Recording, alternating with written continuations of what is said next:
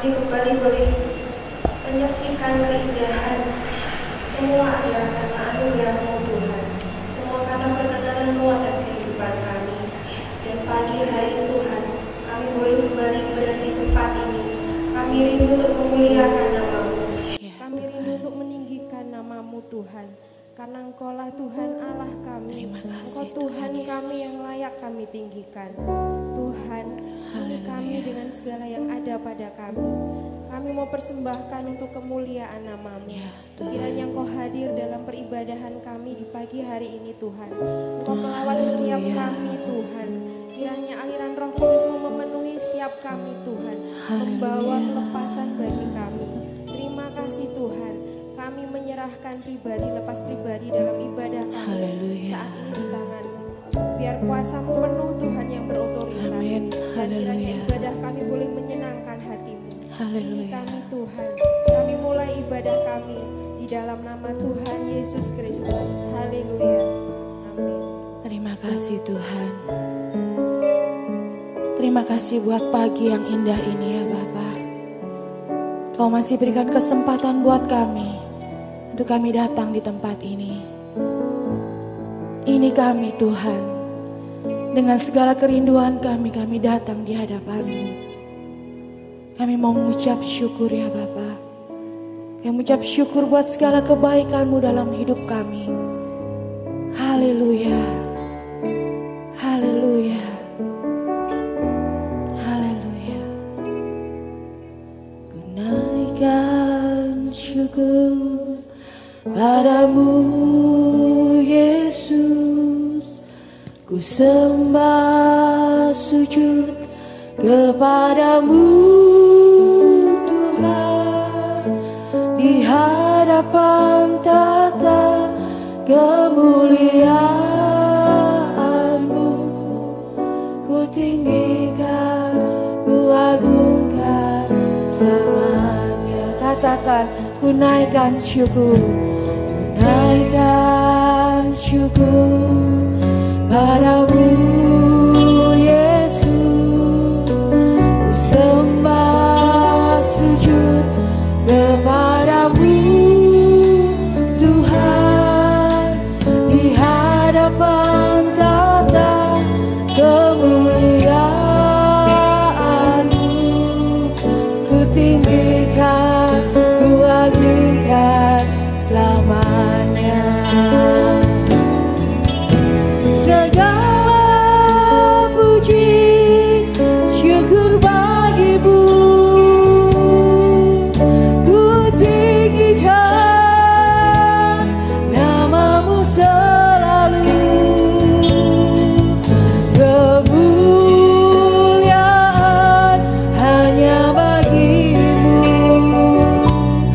terpujilah nama-Mu.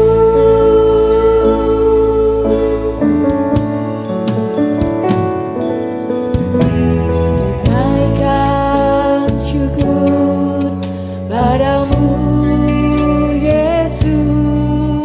Ku sembah sujud kepadamu Tuhan.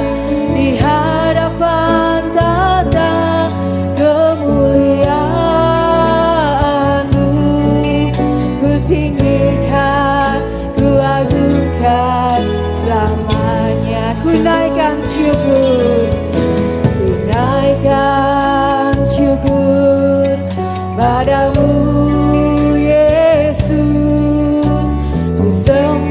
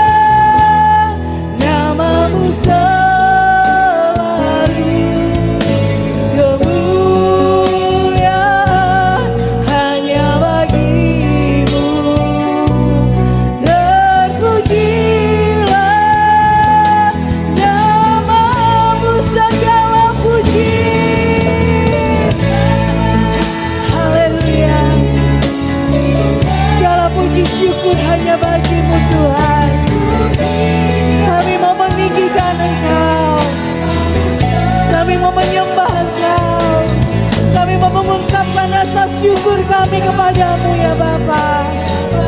Haleluya, haleluya. Haleluya. Amin. Segala puji syukur bagimu, ku tinggikan namamu selalu. Kemuliaan hanya bagimu, terpujilah namamu. Segala puji, segala puji syukur bagimu, ku tinggikan namamu selalu. Kemuliaan hanya bagimu, terpujilah namamu, terpujilah namamu, terpujilah namamu. Haleluya. Mari kita sembah Dia. Haleluya. Kami mau bersyukur Tuhan, sebab kasih setiamu. Haleluya. Oh haleluya. Terima kasih Tuhan. Terima kasih ya Bapa. Terima kasih Tuhan. Terima kasih. Haleluya. Haleluya. Haleluya. Ini rasa syukur kami Tuhan. Haleluya. Haleluya. Haleluya. Segala kemuliaan hanya bagimu. Kau Allah yang layak ditinggikan, Kau Allah yang layak disembah, Kau Allah yang layak diagungkan. Kami sembah Kau Tuhan. Oh, haleluya. Haleluya. Terima kasih Tuhan. Terima kasih. Terima kasih Tuhan. Tidak ada yang dapat kami ungkapkan kepadamu Tuhan, selain kami mengucap syukur, selain kami berterima kasih buat segala kebaikan-Mu, buat segala kasih setiamu Tuhan, yang Kau nyatakan hari demi hari dalam hidup kami ya Bapa. Terima kasih Tuhan. Terima kasih ya Bapa. Dengan apa kami membalas segala kebaikan-Mu? Dengan apa kami membalas segala cinta kasih-Mu Tuhan? Selain kami memuji dan memuliakan Kau, selain kami mau menyembah Engkau. Haleluya. Haleluya. Haleluya. Dengan apa kan ku balas segala kebaikan-Mu?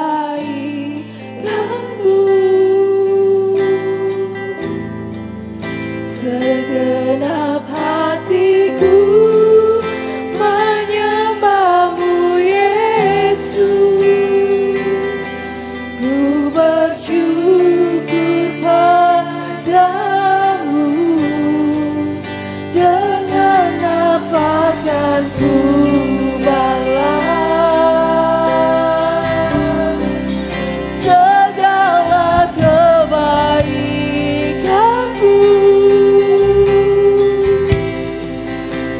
segenap hatiku menyembah-Mu Yesus. Ku bersyukur padamu. Saya undang jemaat untuk bangkit berdiri. Katakan, dengan apa aku dapat membalas segala kebaikan-Mu Tuhan, selain dengan kami mengucap syukur, dengan kami berterima kasih, dengan kami menyembah Engkau. Haleluya. Amin.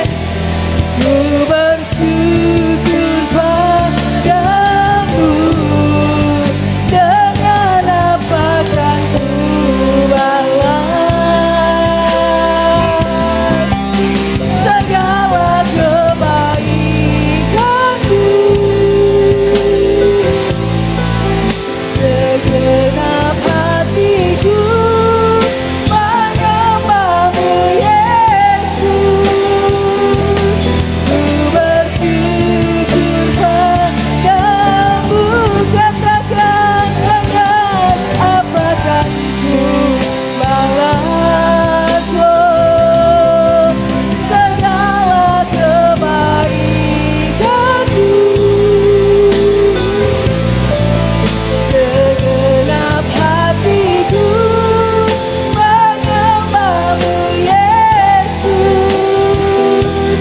Ku bersyukur padamu selamanya.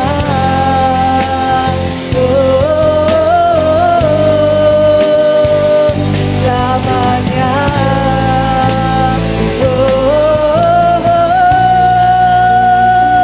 Katakan, selamanya. Haleluya. Kita percaya kasih setia Tuhan itu luar biasa dalam hidup kita hari demi hari. Amin. Dialah Tuhan kita, Dialah Raja kita, Dialah penyelamat kita yang hari demi hari selalu menunjukkan kasih setianya. Amin.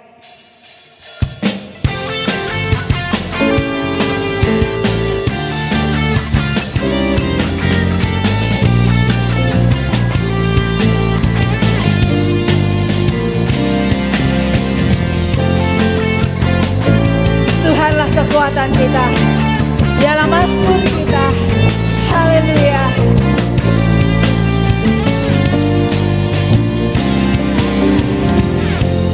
Tuhanlah kekuatan dan mazmurku, Dia gunung batu dan keselamatanku. Haleluya.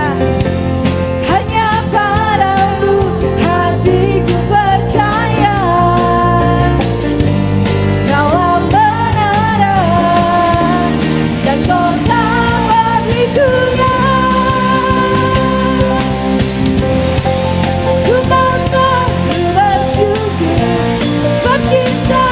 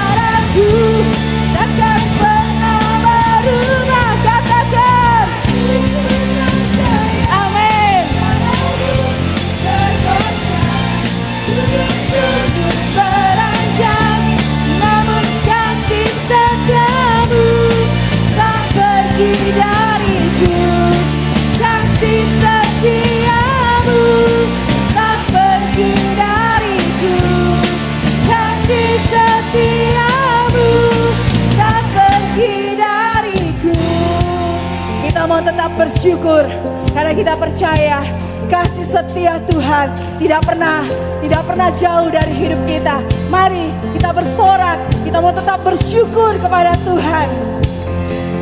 Bersyukurlah kepada Tuhan, sebab Dia baik, bahwasanya untuk selamanya kasih setianya.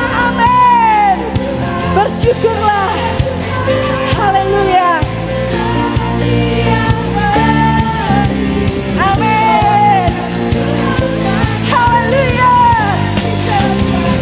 Oh, bersyukurlah kepada Tuhan, sebab Dia baik, bahwasanya untuk selamanya kasih setianya.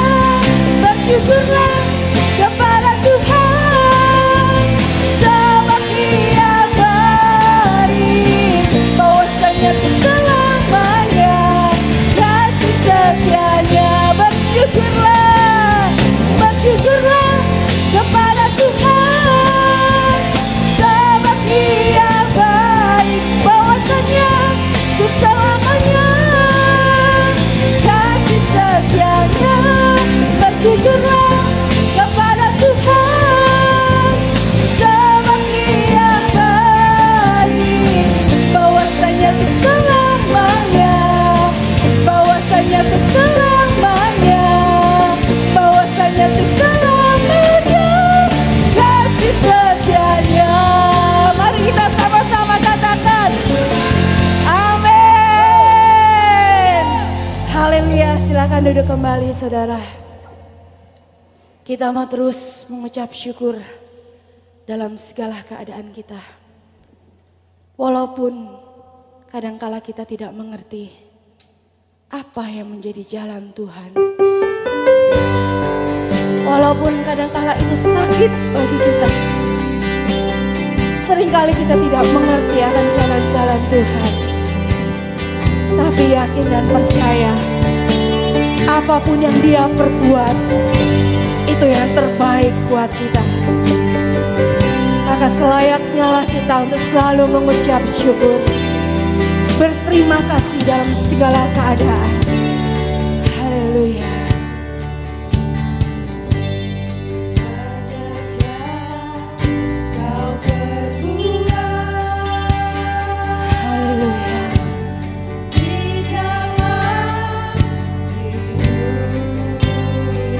Terima kasih ya Tuhan.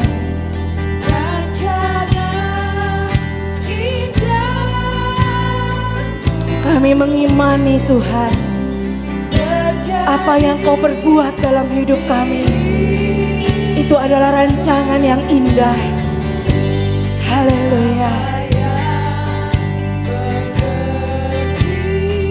Engkau mengerti segala keperluan kami. Engkau mengerti apa yang menjadi kerinduan kami Tuhan. Tapi kami mau berserah. Kami mau berserah. Kami mau berserah akan jalan-jalan-Mu Tuhan. Amin. Haleluya. Ku bersyukur Bapa. Ku bersyukur Tuhan buat kasih setiamu di dalam hidupku. Ku bersyukur,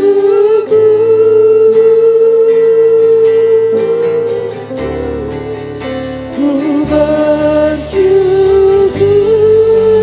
Bapa. Ku bersyukur Tuhan.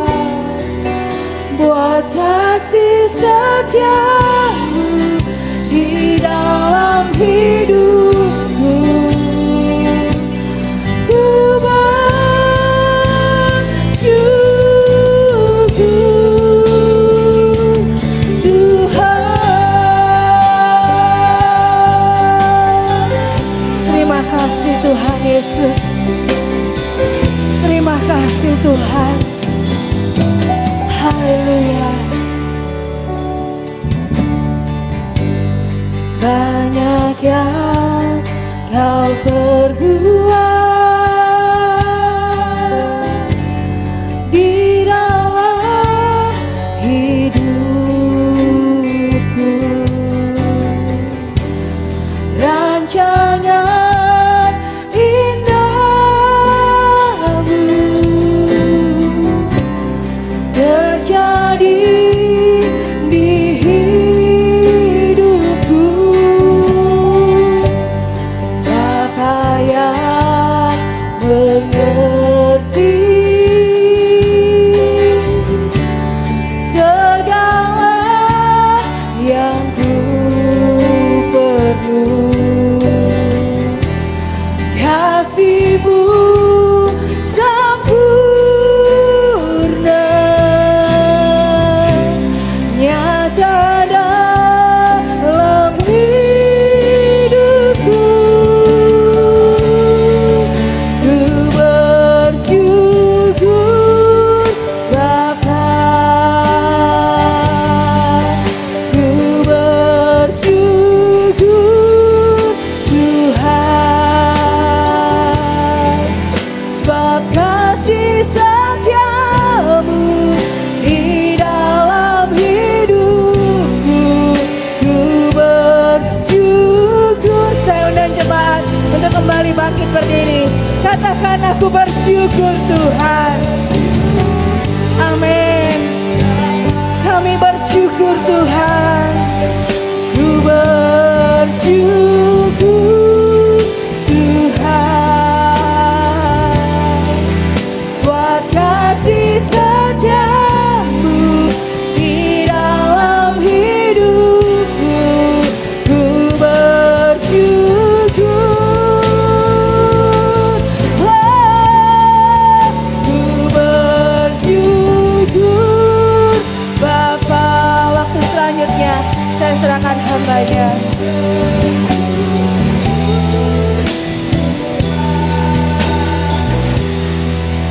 Buat kasih setiamu di dalam hidupku. Ku bersyukur, ku bersyukur Bapa. Ku bersyukur Tuhan, atas kebaikan-Mu dalam hidup kami. buat kasih setiamu Betapa besarnya anugerah-Mu bagi setiap kami, Tuhan. Katakan kami bersyukur. Ya Tuhan, kami mau bersyukur. Terima kasih Tuhan. Terima kasih Tuhan. Kami mau bersyukur atas kebaikan-Mu.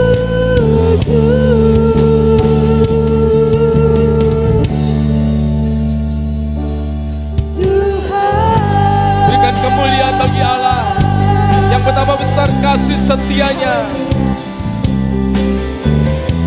Kami bersyukur ya Tuhan. Sungguh kami mengakui ya Tuhan, betapa banyak dan ajaib karya-Mu dalam kehidupan setiap kami. Karena itu biar kiranya kami tidak melupakan ya Tuhan, apa yang sudah, sedang dan akan terus Kau kerjakan bagi setiap kami umat-Mu, untuk kami mencapai pada tujuan akhir setiap karya-Mu ya Tuhan.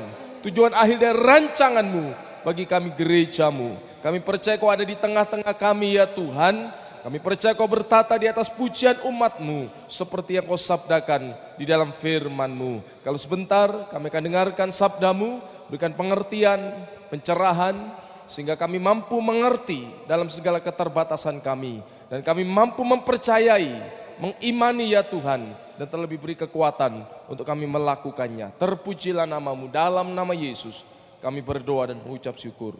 Yang percaya katakan amin. Silakan duduk.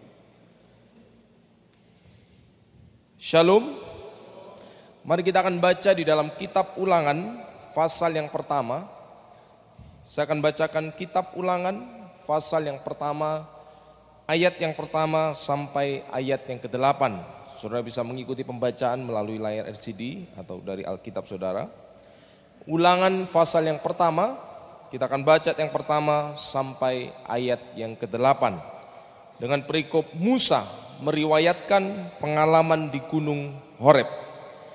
Inilah perkataan-perkataan yang diucapkan Musa kepada seluruh orang Israel di seberang sungai Yordan, di padang gurun, di Araba Yordan, di tentangan Suf, antara Paran dengan Tofel, Laban, Haserot, dan di Zahab. 11 hari perjalanan jauhnya dari Horeb sampai Kades Barnea melalui jalan pegunungan Ser. Ayat 3, pada tanggal 1 bulan 11 tahun ke-40 berbicaralah Musa kepada orang Israel sesuai dengan segala yang diperintahkan Tuhan kepadanya demi mereka. Setelah ia memukul kala Sihon, raja orang Amori yang diam di Hesbon, dan Og, raja negeri Basan yang diam di Asitarot, dekat Edrei. 5. Di seberang sungai Yordan di tanah Moab, mulailah Musa menguraikan hukum Taurat ini. Katanya, Tuhan Allah kita telah berfirman kepada kita di Horeb demikian. Telah cukup lama kamu tinggal di gunung ini. Majulah, berangkatlah, pergilah ke pegunungan orang Amori dan kepada semua tetangga mereka di Araba Yordan, di pegunungan, di daerah bukit, di tanah Negeb, dan di tepi pantai laut, yakni negeri orang Kanaan, dan ke gunung Libanon sampai Efrat, sungai besar itu. 8. Ketahuilah, aku telah menyerahkan negeri itu kepadamu. Masukilah, dudukilah negeri yang dijanjikan Tuhan dengan sumpah kepada nenek moyangmu, yakni Abraham, Ishak, dan Yakub, untuk memberikannya kepada mereka dan kepada keturunannya. Amin. Satu peristiwa ketika hari peringatan kemerdekaan Indonesia pada tahun 66, Bung Karno, presiden pertama kita, dalam pidato terakhirnya sebagai presiden, ia pernah menyampaikan pidato kepada anak-anak bangsa tentang pentingnya kita untuk tidak meninggalkan sejarah. Karena itu ada semboyan yang terkenal yang diucapkan oleh bapak bangsa kita ini, jas merah, jangan meninggalkan sejarah. Itu singkatan dari jangan meninggalkan sejarah. Dalam pidatonya itu Pak Karno mengajak anak-anak bangsa untuk tidak meninggalkan sejarah bangsanya. Untuk mereka senantiasa mengingat bahwa apa yang diraih saat ini itu merupakan akumulasi perjuangan dari para pendahulu-pendahulu mereka. Sehingga mereka punya tanggung jawab untuk mempertahankan. Mereka punya tanggung jawab bahkan untuk mewujudkan apa yang dicita-citakan oleh para pendahulu bangsa, oleh para pejuang-pejuang itu. Nah, saya melihat apa yang disampaikan Musa melalui pewahyuan Roh Kudus dalam kitab Ulangan itu memiliki spirit yang kurang lebih sama. Mengajak setiap umat Allah untuk tidak meninggalkan sejarah, untuk tidak melupakan karya Tuhan di dalam kehidupan mereka. Nah, karena itu tema renungan firman Tuhan pagi ini saya beri judul jas merah, jangan meninggalkan sejarah. Begitu penting. Karena itu kalau kita baca di dalam pasal pertama, bahkan pasal-pasal yang lain, di sana Musa menulis detail tentang kronologi, tentang tempat, tentang peristiwa-peristiwa, dan dia ingat betul apa yang sudah dikerjakan Allah dalam hidupnya. Tadi kita baca di dalam ayat yang kedua, bagaimana Musa mengingat betul 11 hari perjalanan jauhnya dari Horeb. Kemudian dikatakan lebih jauh sampai ke Kades Barnea, melalui jalan pegunungan Ser dan lainnya. Anda bisa membaca, ya ingat setiap peristiwa. Ya tahu apa yang sudah dikerjakan Tuhan di dalam kehidupan mereka. Dan bangsa Israel memang memiliki jejak-jejak karya Allah di dalam kehidupan mereka. Dan Tuhan ingin jangan itu dilupakan. Dan di dalam kitab Ulangan ada banyak perintah untuk mengingat. Misalnya kalau kita baca dalam Ulangan pasal yang keempat. Dalam Ulangan pasal yang keempat, di dalam ayat yang kelima, Ulangan pasal yang keempat ayat yang kelima, ingatlah, aku telah mengajarkan ketetapan dan peraturan kepadamu seperti yang diperintahkan kepadaku oleh Tuhan Allahku supaya kamu melakukan yang demikian di dalam negeri yang akan kamu masuki untuk mendudukinya. Kita lompat ayat yang ke-9. Tetapi waspadalah dan berhati-hatilah supaya jangan engkau melupakan hal-hal yang dilihat oleh matamu sendiri itu, dan supaya jangan semuanya itu hilang dari ingatanmu seumur hidupmu. Beritahukan kepada anak-anakmu dan kepada cucu cicitmu semuanya itu. Kita lompat dalam pasal yang kelima, ayat yang ke-15. Sebab haruslah kau ingat bahwa engkau pun dahulu budak di tanah Mesir, dan engkau dibawa keluar dari sana oleh Tuhan Allahmu dengan tangan yang kuat dan lengan yang teracung. Itulah sebabnya Tuhan Allahmu memerintahkan engkau merayakan Sabat. Anda bisa membaca juga dalam pasal yang ke-7 ayat 18, dalam pasal-pasal yang lain. Di situ ada perintah untuk mengingat karya Tuhan di dalam kehidupan bangsa Israel. Dan itu begitu penting.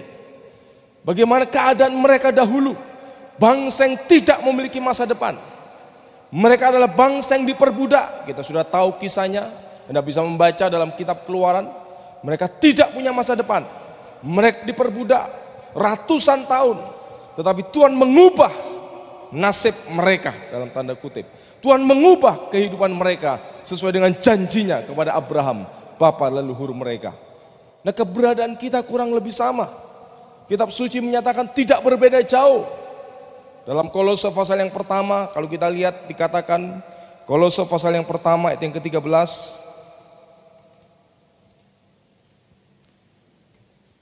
Ia telah melepaskan kita dari kuasa kegelapan dan memindahkan kita ke dalam kerajaan anaknya yang kekasih. Ayat yang ke-14.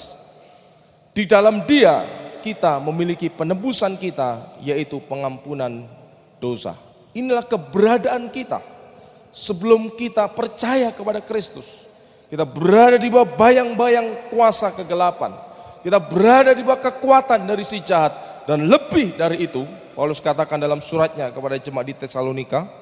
Kalau kita lihat di dalam 2 Tesalonika pasal yang pertama ayat yang ke-9. 2 Tesalonika pasal yang pertama ayat yang ke-9. Mereka ini akan menjalani hukuman kebinasaan selama-lamanya, dijauhkan dari hadirat Tuhan dan dari kemuliaan kekuatannya. Inilah kondisi keberadaan umat manusia, walaupun konteksnya Paulus menyatakan kepada mereka yang menolak berita Injil. Tetapi itu juga akan termasuk pada kita, yang kita menolak untuk percaya, yang kita menolak untuk beriman kepada Dia, mengeraskan hati kita seperti keberadaan bangsa Israel di padang gurun. Pada akhirnya kita akan mengalami kondisi yang mengerikan, kondisi yang lebih mengerikan dari sekedar kebangkrutan finansial mungkin, kondisi yang lebih mengerikan dari sekedar mengalami penyakit fisik. Dikatakan tadi dijauhkan dari hadirat Allah. Karena setelah kematian kita hanya memiliki dua opsi. Kalau kita tidak bersama dengan Allah dalam kemuliaannya, maka kita akan terpisah selama-lamanya. Paulus memberikan bahasa yang lebih tegas, dijauhkan dari hadirat Tuhan. Dan ini suatu keberadaan yang mengerikan, suatu keberadaan yang menakutkan. Tetapi kerap kali tanpa kita sadari, kita lebih memikirkan dan melihat apa yang kelihatan secara lahiriah. Lebih memperhatikan kondisi keberadaan kita secara jasmania ini. Kita mungkin bingung ketika omset kita mulai turun. Kerap kali itu yang lebih kita pikirkan. Kita mungkin lebih bingung ketika kondisi kesehatan kita merosot. Tetapi kita lupa memperhatikan bagaimana keberadaan kondisi manusia rohani kita. Iman kita, pola hidup kita sebagai orang percaya. Padahal kalau kita tidak memperhatikan dan mempertahankan kondisi yang seperti itu terus menerus, maka kita menghadapi keberadaan yang seperti dinyatakan Paulus dalam 2 Tesalonika pasal yang pertama ayat 9. Menjalani hukuman kebinasaan selama-lamanya sebagai akibat pilihan. Dan itu bukan kehendak Allah. Allah tidak pernah menghendaki satupun dari bangsa Israel yang dibawa keluar dari tanah Mesir, mereka harus mati di padang gurun. Tetapi itu pilihan mereka. Akibat kekerasan hati mereka, kitab Ibrani katakan. Akibat ketegar tengkukan mereka, tidak percaya kepada firman Allah. Walaupun mereka sudah mendengar, tetapi firman Tuhan itu tidak bertumbuh. Dan ini harus menjadi bahan evaluasi, termasuk bagi saya, setiap kita semua. Kitab Ibrani katakan kita mendengar firman yang sama, tidak berbeda. Sudah mendengar firman, saya mendengar firman.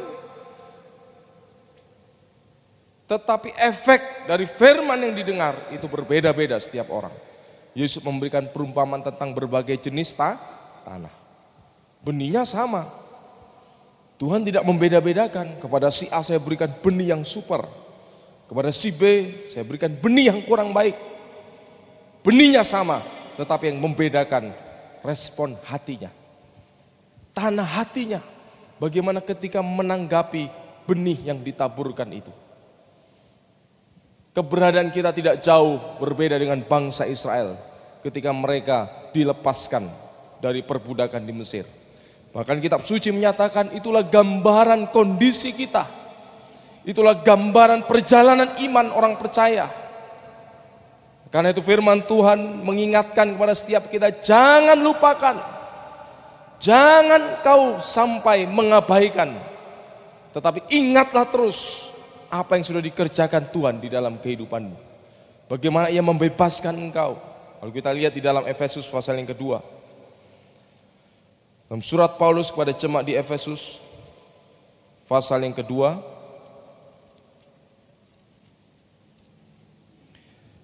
ayat yang pertama, kamu dahulu sudah mati karena pelanggaran-pelanggaran dan dosa-dosamu. Mungkin kita berpikir saya hidup dari lahir saya hidup. Itu pandangan manusia. Secara ilmu biologis mungkin kita hidup. Ada tanda-tanda kehidupan secara jasmania, secara fisik. Denyut jantung kita berfungsi dengan baik, otak kita semuanya berfungsi dengan baik. Tetapi dalam kacamata Allah secara rohani, kita sudah mati. Kenapa? Karena kehidupan yang sementara ini yang kita jalani. Kalau kita tidak menerima dan mengalami penebusan di dalam Kristus, maka itu akan segera berakhir dengan kebinasaan. Karena itu Tuhan katakan, kamu dahulu sudah mati dalam dosa-dosamu, dalam pelanggaran-pelanggaranmu.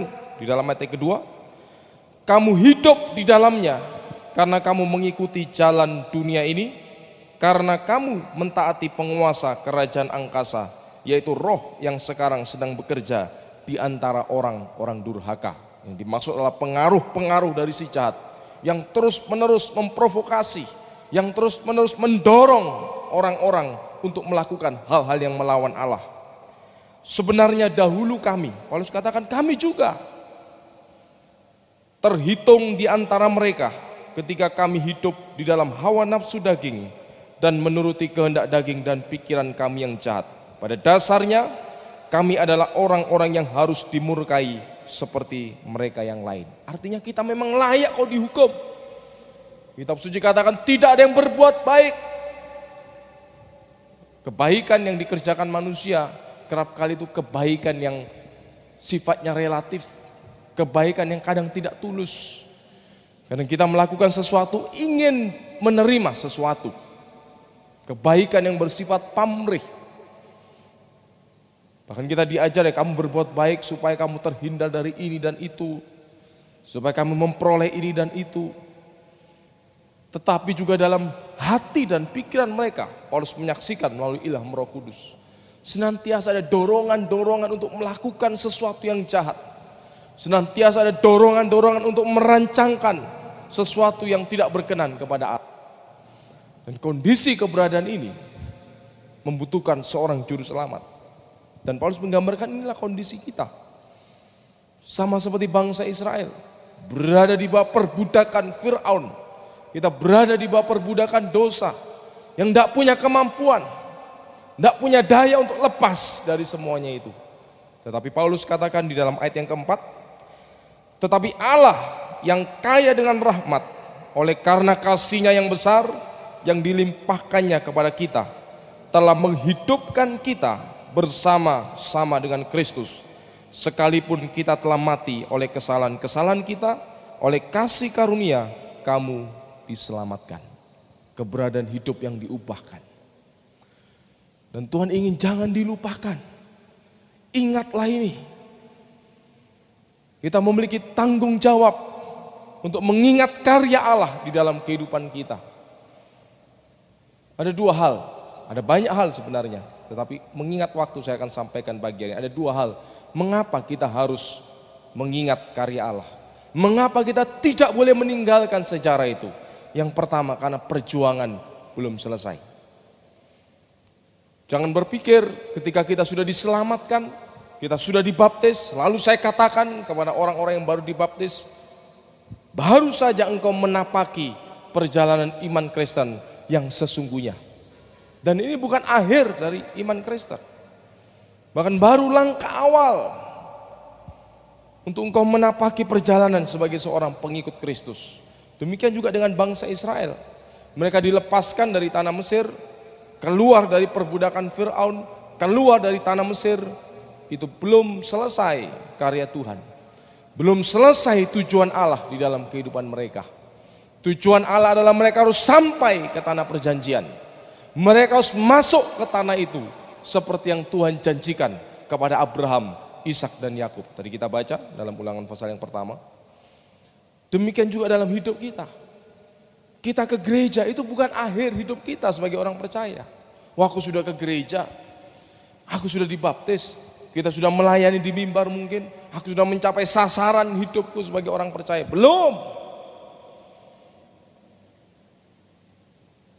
Karena itu Tuhan mengingatkan, bahkan memerintahkan, jangan meninggalkan sejarah karena perjuanganmu belum selesai. Bukan hanya ini bisa kita terapkan dalam kehidupan rumah tangga, dalam kehidupan usaha kita mungkin. Kita berpikir kalau sudah menikah, oh sudah selesai, ini baru perjalanan awal. Kita pikir kalau sudah punya anak, akhirnya kesampaian apa yang kita inginkan, belum selesai. Dan perjuangan itu akan terus berlanjut sampai kita selesai menjalani hidup ini dalam dunia.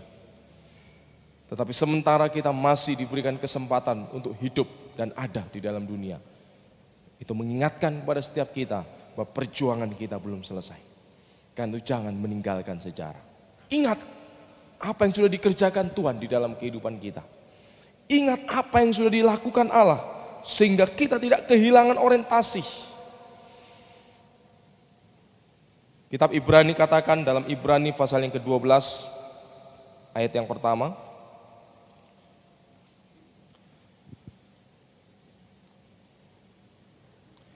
Karena kita mempunyai banyak saksi bagaikan awan yang mengelilingi kita, marilah kita menanggalkan semua beban dan dosa yang begitu merintangi kita dan berlomba dengan tekun dalam perlombaan yang diwajibkan bagi kita. Hidup kekristenan dalam salah satu aspeknya adalah sebuah pertandingan iman. Dan pertandingan kita belum selesai. Selama kita masih ada dalam dunia ini, berarti kita masih sedang berada di arena pertandingan. Sehingga kebenaran ini menjaga kita untuk tidak kita berpuas diri. Oh, aku sudah berada di level rohani ini. Aku sudah mencapai sebuah level kehidupan seperti ini. Dalam pekerjaan kita mungkin, dalam keluarga. No, kita harus terus berjalan. Kita harus terus berlari. Kita harus terus meninju, berpukul, bertanding di dalam arena pertandingan iman ini. Karena itu jangan pernah meninggalkan sejarah. Ingatlah apa yang sudah dikerjakan Tuhan dan ini belum selesai. Tuhan akan kerjakan terus dalam hidup kita. Allah ingin bangsa Israel masuk ke tanah perjanjian itu. Dan mereka bukan hanya menikmati apa yang sudah Tuhan kerjakan. Tetapi mereka pada akhirnya boleh menjadi saksi karya Tuhan bagi bangsa-bangsa lain.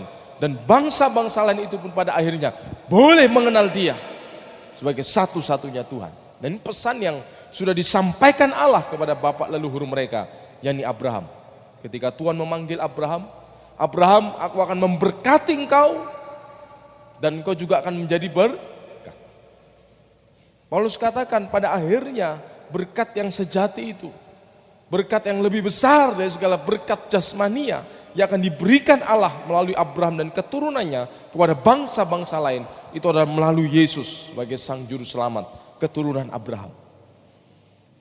Artinya sasaran Allah bukan hanya bangsa Israel masuk ke tanah perjanjian, menikmati berkat Tuhan. Kepada kita bukan hanya kita diberkati secara finansial, kita disembuhkan dari sakit kita, tetapi lebih dari itu, kita masuk ke Yerusalem surgawi. Apa artinya? Kita hanya sembuh dari penyakit kita di dunia ini. Tetapi kalau akhirnya kita hidup lagi keluar dari kebenaran firman Allah, dan kita tidak menerima apa yang esensial yang dikehendaki Allah dalam hidup kita, yakni keselamatan jiwa kita. Karena itu peliharalah, kata surat Ibrani. Jagalah untuk kita terus mengingat apa yang sudah dikerjakan Tuhan. Karena belum selesai. Hidup ini sebuah pertandingan. Setiap kita berada di arena pertandingan kita masing-masing. Yang satu sama lain mungkin berbeda. Tetapi kita tidak perlu menoleh ke kanan, melihat ke kiri, kemudian merasa iri. Tetapi mari kita fokus kepada pertandingan iman kita. Sambil mengarahkan mata iman kita kepada saksi-saksi iman itu. Yang mereka sudah mendahului kita. Kitab Ulangan ini adalah sebuah pengajaran yang disampaikan Musa kepada generasi kedua bangsa Israel yang lahir di padang gurun. Mereka yang tidak mendengar langsung firman Tuhan di Gunung Sinai itu. 10 hukum itu, karena mereka mungkin masih kecil. Masih anak-anak, belum mengerti. Tetapi waktu 40 tahun berjalan, mereka sudah dewasa. Dan mereka pun harus menerima pengajaran. Musa tahu mereka akan menghadapi tantangan mereka sendiri. Orang tua mereka, nenek moyang mereka mungkin, kakek mereka gagal. Ada yang berhasil seperti Yosua, Kaleb. Tetapi banyak yang gagal. Musa berharap kamu belajar dari kegagalan itu. Jangan tinggalkan sejarah itu. Jangan lupakan, dan kitab suci memang mengajarkan berulang-ulang untuk kita mempelajari kehidupan tokoh-tokoh iman di masa lampau. Baik kegagalan mereka, keberhasilan mereka, sehingga kita pun kalau mereka berhasil, kita juga menikmati keberhasilannya. Kalau mereka gagal, jangan sampai kita mengalami kegagalan yang sama. Hidup ini adalah sebuah pertandingan iman. Kenapa kita tidak boleh meninggalkan sejarah? Karena memang perjuangan kita belum selesai. Kita akan terus berjuang sampai kita menutup mata kita. Selama-lamanya kita bersama dengan Bapa di surga. Tetapi jangan takut dalam perjalanan iman kita ini. Seperti bangsa Israel ketika mereka keluar dari tanah Mesir. Dijelaskan oleh Musa, engkau berjalan melalui padang gurun ini. Dengan kala jengking, ular berbisa yang semua ganas, mematikan. Tetapi Tuhan tidak pernah meninggalkan. Demikian juga dalam perjalanan iman kita. Ada banyak hal dari kekuatan-kekuatan, tipu daya dari si jahat itu berusaha untuk menggagalkan kita sampai ke Yerusalem surgawi itu. Tetapi jangan takut, Petrus katakan dalam 1 Petrus pasal yang kelima, kalau kita lihat dalam 1 Petrus pasal yang pertama, ayat yang kelima, yaitu kamu yang dipelihara dalam kekuatan Allah karena imanmu, sementara kamu menantikan keselamatan yang telah tersedia untuk dinyatakan pada zaman akhir. Yaitu kamu yang dipelihara. Ini bicara providensia Allah. Pemeliharaan Allah yang sempurna karena iman. Berarti pemeliharaan Allah ini adalah suatu hubungan timbal balik. Bukan hanya satu sisi, ya udahlah itu kan tanggung jawabnya Tuhan. Tidak. Kamu yang dipelihara di dalam kekuatan Allah oleh karena imanmu. Juga bukan hanya menekankan keberadaan kita. Iman itu harus memiliki objek iman yang benar. Dasar iman yang benar. Bukan hanya karena keinginan konsep manusia. Tetapi apakah iman itu didasarkan atas firman Allah. Seberapa seriusnya, seberapa yakinnya Anda percaya. Kalau tidak memiliki dasar dari firman Tuhan. Itu iman yang salah dalam pandangan Allah. Karena itu dikatakan kamu dipelihara dalam kekuatan Allah. Jangan takut. Mungkin kita menikmati tahun yang sulit hari-hari ini. Tetapi Tuhan setia, Dia tidak pernah meninggalkan. Tadi dikatakan untuk menantikan keselamatan yang akan dinyatakan. Dalam kekristenan, dari dimensi waktu, keselamatan itu memiliki 3 dimensi. Yang pertama adalah kita sudah diselamatkan. Sejak kita percaya Yesus, Anda dibaptiskan, Anda sudah diselamatkan. Tetapi juga berdimensi masa kini, kita sedang diselamatkan. Karena itu Paulus katakan, kerjakanlah keselamatanmu dengan takut dan gentar. Sehingga bukan hanya selesai dibaptis, kita tidak melakukan apa-apa sebagai orang percaya. Lebih tegas lagi, lebih serius lagi harus kita sikapi. Rasul Yohanes katakan, barang siapa yang percaya kepada Kristus, ia wajib hidup sama seperti Kristus hidup. Oh, saya katakan betapa jauhnya aku Tuhan, masih harus mencapai level tingkatan seperti itu. Tetapi aku tidak boleh putus asa, karena Tuhan yang terus menguatkan dan menyempurnakan iman kita pada akhirnya. Itu janji Allah. Memang kita tidak akan mencapai kesempurnaan dengan kekuatan kemampuan kita. Kitab Ibrani katakan ketika Kristus datang nanti Ia akan menyempurnakan iman kita. Bagian kita adalah memaksimalkan apa yang sudah Tuhan percayakan di dalam kehidupan kita. Kita sedang diselamatkan, tetapi kita akan diselamatkan. Itu yang tadi Petrus katakan. Dalam 1 Petrus pertama ayat yang kelima tadi, sementara kamu menantikan keselamatan yang sudah tersedia. Nanti ketika Kristus datang yang kedua kalinya, kalau kita masih diberi kesempatan hidup melihat Dia datang dalam awan kemuliaannya, kita akan diubahkan langsung sama seperti Dia.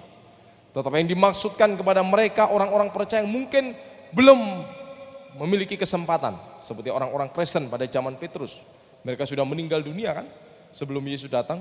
Mereka saat ini sedang menunggu. Walaupun mereka sudah masuk dalam suasana kemuliaan, tetapi mereka belum masuk dalam kemuliaan keselamatan yang sesungguhnya. Akan apa yang akan Tuhan berikan dalam hidup mereka. Karena mereka belum dibangkitkan. Belum menerima upah atas jerih lelah mereka sebagai pengikut Kristus. Mereka menantikan, kita pun saat ini menantikan. Kita sedang diselamatkan, karena itu kerjakan keselamatanmu. Kita terus berjuang. Kerap kali kita lupa, kita hanya terpaku, fokus pada perkara-perkara lahiriah. Saya selalu katakan itu tidak salah. Bekerja itu adalah bagian tanggung jawab kita sebagai umat Allah. Sejak awal Tuhan menciptakan manusia di Taman Eden, Tuhan sudah memberikan tanggung jawab itu. Untuk mereka mengusahakan dan memelihara taman itu. Kata mengusahakan di sana digunakan kata avodah, ibadah. Nah, dari situlah ada ungkapan bekerja itu adalah ibadah. Nah, karena itu kalau sudah bekerja, saudara lakukan sesuatu, itu adalah bagian dari ibadah saudara kepada Tuhan. Bukan hanya kita datang ke gereja. Mungkin selama ini kita berpikir, saya baru beribadah kalau saya ke gereja. Padahal ketika saudara bekerja pun, itu saudara sedang beribadah kepada Allah. Karena lakukan yang terbaik. Tetapi juga diingat, dalam pekerjaan ini, hanya untuk memenuhi kebutuhanku yang sementara. Sehingga aku tidak lupa untuk bekerja, memperoleh hal-hal yang lebih bersifat kekal. Jangan meninggalkan sejarah, karena perjuangan kita belum selesai. Yang kedua, kenapa kita tidak boleh meninggalkan sejarah? Karena kita memiliki tanggung jawab untuk memelihara generasi yang akan datang. Salah satu ciri dari kitab Ulangan ini adalah perintah firman untuk mengingatkan kepada anak-anak, cucu-cucu, supaya mereka tetap setia dan taat kepada firman-Nya. Kalau kita baca dalam Ulangan pasal yang keempat misalnya. Ulangan pasal yang keempat, ayat yang ke-9, tadi kita baca pada bagian B. Beritahukanlah kepada anak-anakmu dan kepada cucu cicitmu semuanya itu. Kita lompat di dalam ayat yang ke-40, pasal yang sama. Berpeganglah pada ketetapan dan perintahnya yang kusampaikan kepadamu pada hari ini, supaya baik keadaanmu dan keadaan anak-anakmu yang kemudian, dan supaya lanjut umurmu di tanah yang diberikan Tuhan Allahmu kepadamu untuk selama-lamanya. Di dalam pasal yang ke-6, kita lihat pasal yang ke-6 ayat yang ke-7. Haruslah engkau mengajarkannya berulang-ulang kepada anak-anakmu dan membicarakannya apabila engkau duduk di rumahmu, apabila engkau sedang dalam perjalanan, apabila engkau berbaring, dan apabila engkau bangun. Dan banyak ayat dalam kitab Ulangan yang intinya Tuhan memerintahkan kepada bangsa Israel untuk mengajarkan kepada anak-anak mereka, untuk mengingatkan, untuk mendidik mereka dalam kebenaran, untuk mewariskan iman. Yang bukan hanya kita bisa mewariskan sesuatu yang bersifat materi, tetapi lebih dari itu, Tuhan ingin kita memberikan warisan iman berupa keteladanan hidup, berupa pengetahuan kebenaran. Apa yang mau kita wariskan? Kalau kita belum memiliki keteladanan hidup, memang kita belum sempurna. Tetapi mari kita terus menyempurnakan diri seperti kata Paulus. Aku belum sampai kepada titik itu yang dimaksud kesempurnaan. Aku belum meraihnya. Tetapi yang kulakukan, aku melupakan apa yang di belakang dan aku berlari-lari kepada tujuan. Artinya kita terus berjalan bersama-sama. Kita dewasa bersama. Melalui itulah kita memberikan warisan iman kepada keturunan kita. Memberikan warisan iman berupa pengetahuan kebenaran. Kan itu para orang tua, mari kita ajar. Apalagi dalam masa pandemi gini sebenarnya ada sebuah batu ujian bagi setiap orang tua. Apakah kita masih memperhatikan kehidupan rohani anak-anak kita sementara mereka tidak bisa ke gereja secara pertemuan konvensional seperti ini? Apakah kita masih peduli? Ayo beribadah. Gereja sudah membantu semaksimal mungkin melalui tayangan online, tetapi itu kembali berpulang kepada kita. Maukah kita memanfaatkan itu, mendidik, mengajar mereka melalui saat teduh mungkin, melalui pembacaan firman Tuhan. Dan Tuhan memberikan tanggung jawab ini melalui Musa kepada bangsa Israel. Kenapa kau tidak boleh meninggalkan sejarah? Karena kau punya tanggung jawab untuk memelihara generasi yang selanjutnya, yang merupakan mata rantai yang menggenapkan seluruh karya dan rencana Allah. Sehingga kita jangan hanya memikirkan diri kita. Tadi dikatakan kan, supaya baik keadaanmu. Apa titik sampai di sana? Yang penting baik keadaan saya. Seperti Hizkia, yang penting tidak terjadi di zamanku lah. Generasiku yang selanjutnya terserah mereka. Tetapi dikatakan tadi dalam kitab Ulangan. Dan juga anak kita punya tanggung jawab untuk memelihara kehidupan generasi yang selanjutnya. Ayat terakhir kita baca dalam kitab Kejadian pasal yang ke-45. Kejadian 45 ayat yang ke-7.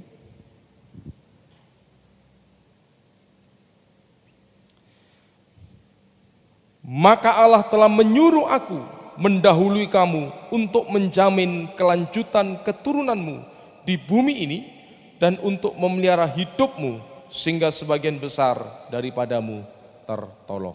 Ini adalah pernyataan Yusuf. Bagaimana Tuhan memakai Yusuf walaupun harus melalui jalan-jalan yang tidak menyenangkan bagi kedagingan Yusuf, tetapi ternyata akhirnya Yusuf mengerti apa yang menjadi karya Allah dalam hidupnya. Dan Yusuf mendapat upah yang sepadan kan, ia dimuliakan, ia menikmati segala sesuatunya. Tetapi lebih dari itu Allah punya visi. Yang itu dinyatakan Yusuf untuk memelihara dan menjamin kelanjutan keturunanmu. Karena visi Tuhan lahirnya sang juru selamat melalui keturunan Abraham, Ishak dan Yakub. Dan saudara bagian dari karya Allah, dari mata rantai rencana Tuhan. Yang bukan hanya berhenti di kita. Kalau Tuhan percayakan kepada kita keturunan, kita memiliki tanggung jawab. Tapi bukan hanya secara biologis, berarti kalau tidak atau bukan keturunan kita, kita tidak punya tanggung jawab. Kepada adik-adik rohani kita mungkin, anak-anak rohani kita, kepada teman-teman kita punya tanggung jawab yang sama. Bagaimana kita senantiasa mengingatkan mereka untuk tidak melupakan karya Allah. Karena Tuhan setia. Dalam bagian lain kitab Ulangan dikatakan, saya tidak sempat membacakan, kalau di tanah itu engkau menghadapi lawan-lawanmu, ingatlah kata Musa. Apa yang sudah dilakukan Tuhan di tanah Mesir ketika ia melepaskan engkau dari tangan Fir'aun yang kuat itu. Artinya jangan takut. Tuhan itu tidak berubah. Amin. Di masa lampau ia kerjakan dengan luar biasa. Pada generasimu Tuhan juga akan lakukan hal yang sama. Sesuai apa yang jadi pergumulan kita. Berbeda-beda. Dikatakan dalam kitab Kisah Rasul, Daud telah melakukan kehendak Allah pada generasinya. Kebenarannya apa?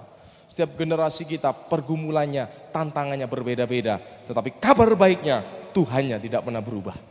Kuasanya tidak pernah berubah, kasihnya tidak pernah berubah, kesetiaannya tidak pernah berubah. Karena itu jangan meninggalkan sejarah. Ingatlah itu. Aku sudah ditolong Tuhan. Berkali-kali Tuhan katakan dalam kitab Ulangan, sebab kamu dahulu budak. Paulus katakan pada jemaat di Galatia, ingatlah dahulu keadaanmu. Kamu dulu budak, tetapi sekarang kamu dimerdekakan. Kamu dahulu seharusnya dihukum kekal selama-lamanya, tetapi kamu menerima anugerah keselamatan. Amin. Saya serahkan kepada Bapak.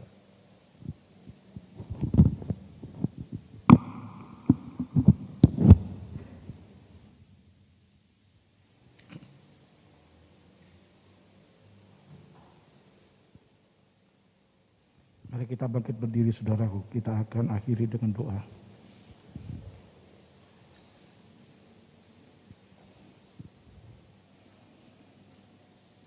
Kita mau evaluasi sejenak langkah-langkah hidup kita. Apakah kita tahu membalas budi semua kebaikan Tuhan? Nyanyian tadi berkata, dengan apa akan kubalas segala kebaikannya.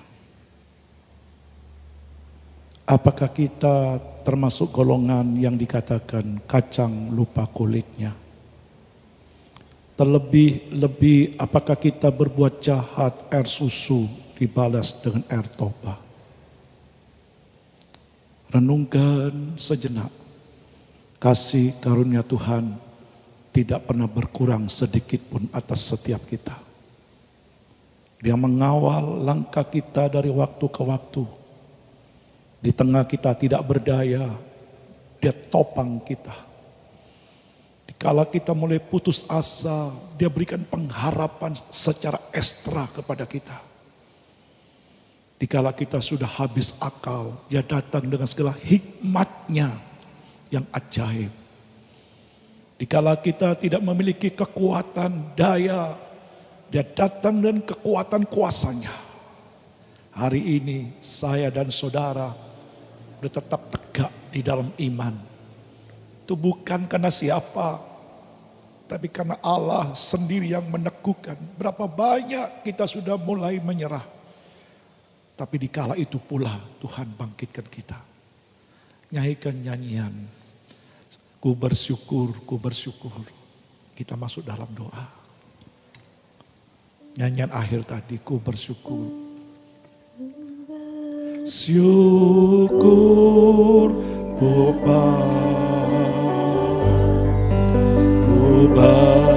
bersyukur Tuhan. Buat kasih setiamu di dalam hidupku, ku bersyukur.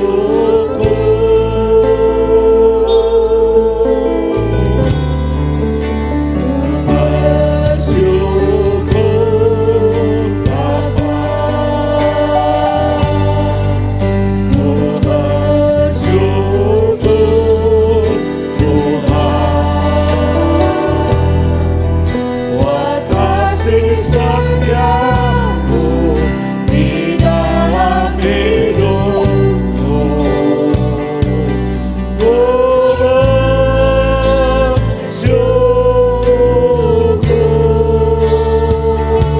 ku bersyukur,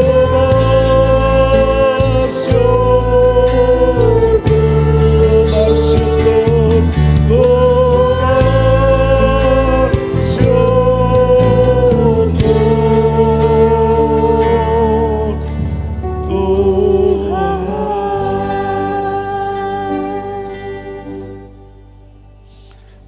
perlengkapi kami, buat kami kaya, limpah dengan ucapan syukur yang menandai dalam hidup ini betapa sangat hidup ini telah diberkati oleh Tuhan.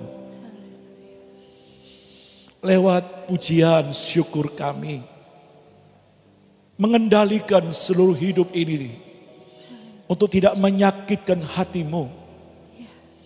Tapi sebaliknya kami boleh mempersembahkan lebih lagi untuk mempercayai Engkau dalam karyamu. Seturut iman, perkembangan, pertumbuhan lewat kebenaran firman Allah. Kami semakin digairahkan dalam pengiringan kami kepadamu. Semakin menyerahkan diri kami lebih total lagi. Sekalipun apa yang terjadi tidak sesuai dengan selera kami. Tapi kami akan tetap tundukkan hati bersyukur, itu yang terbaik yang Tuhan perbuat bagi kami. Dalam rancanganmu menurut kemahatauanmu. Yang maha tahu itu yang kau perbuat bukan untuk detik saat ini. Tapi berlangsung ke depan yang engkau siapkan bagi kami. Bapa, perkaya kami untuk kami mampu mengucap syukur. Dengan jauhkan kami dari roh pemberontakan, persungutan dalam kami mengiring Engkau. Ampuni kami. Berapa banyak kami perlu diingatkan terus untuk tidak melupakan. Bahkan berapa banyak kali kami menyalahgunakan kemerdekaan yang Allah telah karuniakan. Dan maksud-maksud Tuhan untuk menutupi semua dalam pembenaran yang palsu. Hanya untuk Tuhan, ambisi kami. Ampuni kami ya Tuhan. Jalikan terus mata kami, dewasakan kami. Tanamkan dan teguhkan hati kami. Sedetik pun kau tidak pernah meninggalkan kami. Tiang awan, tiang api itu tidak pernah beranjak atas hidup kami. Terima kasih kau membaca isi hati kami. Kau tahu isi hati hamba. Terima kasih. Syukur. Terima kasih Ebenezer. Sampai di sini sudah Tuhan tolong. Kami boleh merenungkan di masa lampau menjadi kekuatan pijakan iman. Kau menatap hari esok. Pertolongan yang sama, kekuatan kesetiaan yang sama, Allah juga sediakan bagi kami. Teguhkan umatmu, kawanan domba-dombamu ini. Pelihara kami semua dalam kekuatan Allah. Dari segala bentuk kejahatan, dosa, tipu daya kuasa kegelapan. Yang tidak hanya dalam pelindungan dari virus corona ini. Hamba berdoa, lindungilah seluruh kawanan dombamu. Jagai mereka dalam penggembalaanmu ya Tuhan. Yang tidak pernah henti hamba naikkan siang dan malam di hadapanmu. Yang hamba percaya kau dengar doa hamba. Melawat, memperbarui, mendewasakan kami. Lewat peristiwa virus corona ini kau bekerja mendewasakan kami. Memurnikan setiap kami. Untuk menyadari sungguh semua dalam kendali Allah. Tidak ada yang terlepas dari Engkau. Pimpin kami, tolong kami. Pada akhirnya semakin cantik, semakin indah di hadapan Engkau. Berkati hamba-Mu, berkati kami semua. Rahmat kasih setiamu melimpah atas setiap kami. Di dalam nama Tuhan Yesus kami berdoa. Amin. Silakan duduk Bapak Ibu, persembahan akan dijalankan. Beri persembahan dengan penuh limpah syukur. Serta kesadaran apapun juga dapat kita persembahkan. Semua datang dari Tuhan yang telah memberkati kita. Persembahan saudara menunjang pekerjaan Tuhan yang Tuhan percayakan untuk kita pikul bersama-sama dalam kelangsungan gereja Tuhan. Dan saya percaya kalau sudah mengerti konsep ini, Allah akan percayakan sesuatu yang besar melalui pekerjaan saudara. Karena pekerjaan saudara akan menjadi milik Tuhan secara langsung. Di mana Allah akan intervensi kalau kita mengerti persembahan bukan cuma sekedar datang memberi, tapi di dalamnya ada unsur pengabdian kepada Tuhan dengan tujuan visi kelangsungan pekerjaan Tuhan yang tidak pernah lepas juga melalui persembahan saudara. Saya memang jarang menyampaikan tentang firman Tuhan soal duit saudaraku. Tapi satu kali izinkan saya berbicara. Kenapa uang itu diperlukan dalam gereja? Bukan untuk memperdaya dan mengkomersilkan saudaraku. Kalau tidak ada halangan bulan depan. Apa yang saya rindukan, gereja menjadi berkat. Gereja akan memiliki sebuah mobil yang memiliki dua fungsi atau multifungsi. Yang akan ditulis mobil siaga GBI. Yang akan menjadi berkat bagi jemaat lokal. Jadi berkat juga bagi warga sekitar gereja Tuhan, bagi kota Situbondo. Tanpa dikomersilkan. Dan puji Tuhan, Tuhan sudah memberkati dananya. Melalui begitu banyak berkat yang saya terima melalui orang-orang yang di luar sana. Dan saya kepingin semakin memaksimalkan semua bagi kemuliaan nama Tuhan. Mari kita bangkit berdiri bersama-sama. Kami menyerahkan pemerintah kami Indonesia dalam kepemimpinan Presiden kami Jokowi Dodo ya Tuhan. Tolong mereka mampukan dalam menghadapi resesi ekonomi, dalam menghadapi pandemi corona, dalam menghadapi carut-marutnya politik, dalam menghadapi ambisi-ambisi terselubung, dalam menghadapi orang-orang yang ingin mengubah haluan ideologi Pancasila ini. Tolong beri kekuatan dengan segala kemampuan hikmat-Mu menyertai kepemimpinan Bapak Presiden kami. Memberkati setiap kepala keluarga, memberkati setiap kami semuanya. Seiring semua itu kami semakin cinta kepada Yesus. Terima kasih ya Tuhan. Kami percaya Engkau hadir di tengah-tengah kami, memberkati kami seberapa yang tidak hadir melalui pelayanan online ini. Engkau memberkati yang sama atas mereka. Dan meneguhkan mereka semua. Kekasih Tuhan pulang dan terimalah segala berkat anugerah rahmat yang besar. Yang telah dilimpahkan oleh Allah Bapamu dengan limpahnya dalam putranya Yesus Kristus Tuhan. Yang memberkati engkau dengan limpah penuh damai dan sejahtera. Dalam persekutuan Roh Kudus yang dahsyat, yang kuat, yang setia itu. Menyertai semua saudara mulai pagi hari ini. Sampai merata di dalam berkat nama Bapa, Putra dan Roh Kudus. Di dalam nama Tuhan Yesus Kristus. Amin. Tetap kemana-mana jangan lupa pakai masker.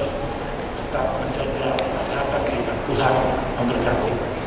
Kita ini selesai didiskusikan lagi untuk istirahat lagi. Tuhan memberkati.